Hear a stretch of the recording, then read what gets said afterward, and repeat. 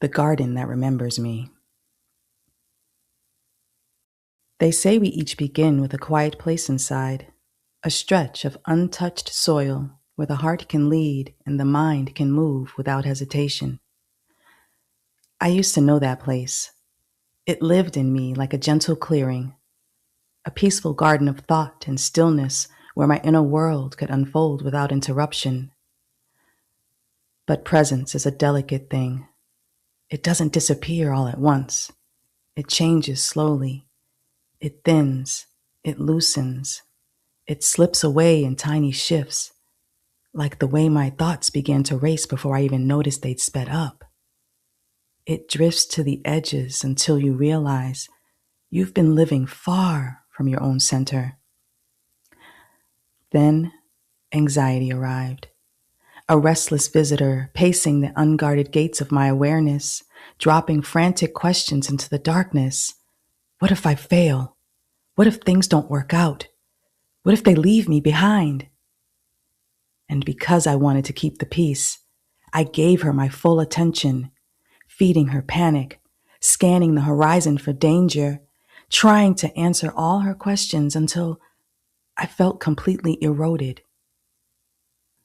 Soon, anxiety crowded the whole garden with her noise, with her constant preparation for storms that never came. Weeds of overthinking wrapped themselves around the roots of the present moment. My breath shrank to match the tension in the air. My steps inside myself grew careful, hesitant, and small. It took me longer than I'd like to admit to realize nothing was actually collapsing.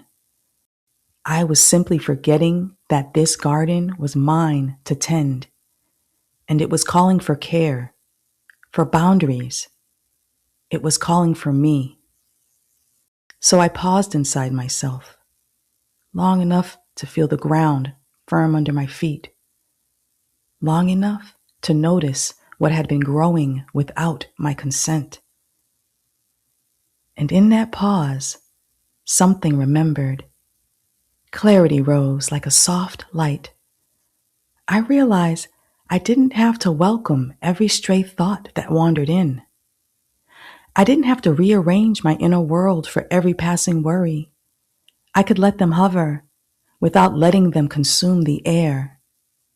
I could leave the unwanted visitor pacing at the gate without offering her a chair. And slowly, almost imperceptibly, anxiety crept away, and the garden returned. Not the way it was before, not pristine, not untouched, but real, resilient, mine. I'm learning day by day to tend to my garden with intention, to close the gate when I need rest, to open it when I feel ready, to trust myself to know the difference. And in that trust, something beautiful grows. Presence. Real presence. The kind that plants itself deep and expands without asking permission. The kind that reminds me I am allowed to return to myself as many times as it takes. And each time I do, the garden remembers me, and I remember that peace isn't a place I lost. It's a place I'm learning to come home to again and again.